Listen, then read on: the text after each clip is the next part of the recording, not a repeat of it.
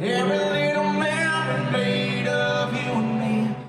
That's a clip from the fan video that went viral when rising country star Jay Allen brought his mom on stage to sing Blank Stares, a song he wrote about his mother's diagnosis of Alzheimer's disease, always sings with her by his side. And September is World Alzheimer's Month, and Jay is here live with us now. Jay, welcome. Hey, thank you. Very happy to have you. Appreciate Great to see you. What was going through your mind when you were on stage in that moment? Well, I always told my guys, I have a band of 4 guys. We're all tatted up, funny looking dudes. And I always told them, I said, whether we play for 5 people in a dive bar in the middle of nowhere or we play for 5,000, 50,000, whatever, we're always going to tell this story, always going to sing this song. So we came through Iowa, we opened up for Jake Owen in Dubuque, Iowa, and my parents live really close to there, so I called my pops and I asked him if I could bring Mama on stage. So he said, yeah, of course.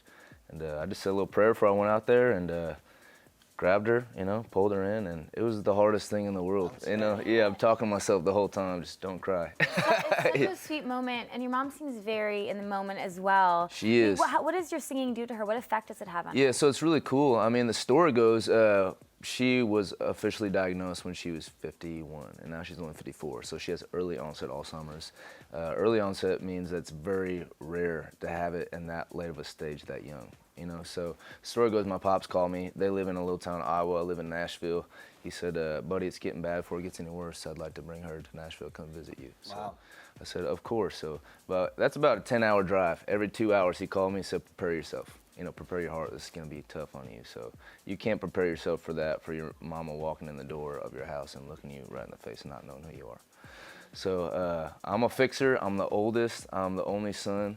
And so immediately I was like, let's take her out dancing. I don't want to deal with this right now. So we took her out dancing, and we walked in the venue. It's a place called the Sutler in Nashville. And the moment we walked in, she heard music. And her eyes lit up. She started tapping her foot. She started dancing. So I took advantage of it, being a fixer, grabbed her by the hand, and I pulled her to the front right by the stage, and we started dancing. Wow. And like you were talking about the power of music, you know, what does music do to her? Well, we took 2 steps into this slow dance, and she took a deep breath. She goes, Jay, I missed you. Whoa. I love you, son. And I about lost it, obviously. I grabbed her by the face, and she was with me for a second. We lost it right after that. But I saw that a couple times during that trip. And I remember the morning they left, I'm sitting in my kitchen in Iowa, or in Nashville, and I just couldn't shake this line. You know, I'm a songwriter. I get paid to do it, write songs. I work on it pretty hard. But that morning, I had a line in my head, I still see you between the blank stares. Yeah. You know, and I couldn't shake it. I felt like, my faith is everything. I felt like just God gave me a vision, just write that song. You know, wow, so. And when we do it live, I mean, she's very bewildered at most times, but when we bring her on stage, the moment I wrap my arm around her and I wrap her arms around me, she's calm. And you always bring her on stage when you play in Iowa. What is the crowd's reaction when that happens? It's funny. I thought that was the first time, but the first time was actually in Council Bluffs. We were opening up for Cole Swindell, and it was in front of 5,000 people, and they all went dead silent. You know, so that's such a touching. Obviously, I'm sure everyone in the room can feel the weight of it. Even just hearing it from your story of it makes me feel the weight of it.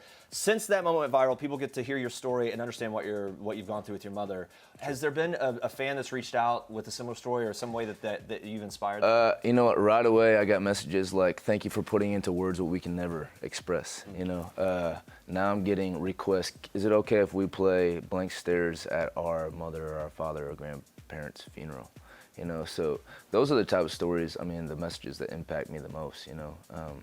Just what an honor to have a song of hope behind Alzheimer's. Yeah, you recently told people that you still take the time to message people back when they reach out to you. Yeah. What is the advice to other people that are maybe going through something similar? Honestly, I try not to give advice, you know. I'm not the answer, I'm not God. Really, I think people are just looking for community, you know. You know, they want someone to kind of stand up for this disease and they don't want to feel like they're alone, you know? So that's my answer. You're not alone. I'm here with you. Well, you're inspiring through the music and your words, but you're also raising money, right? You raised over $20 million for the Alzheimer's Association this summer alone. Last summer. It's incredible. We just started touring this last summer as a group, and when the song started blowing up, the Alzheimer's Association reached out, and we played events all around the country and helped raise over $20 million. So what's the next goal then?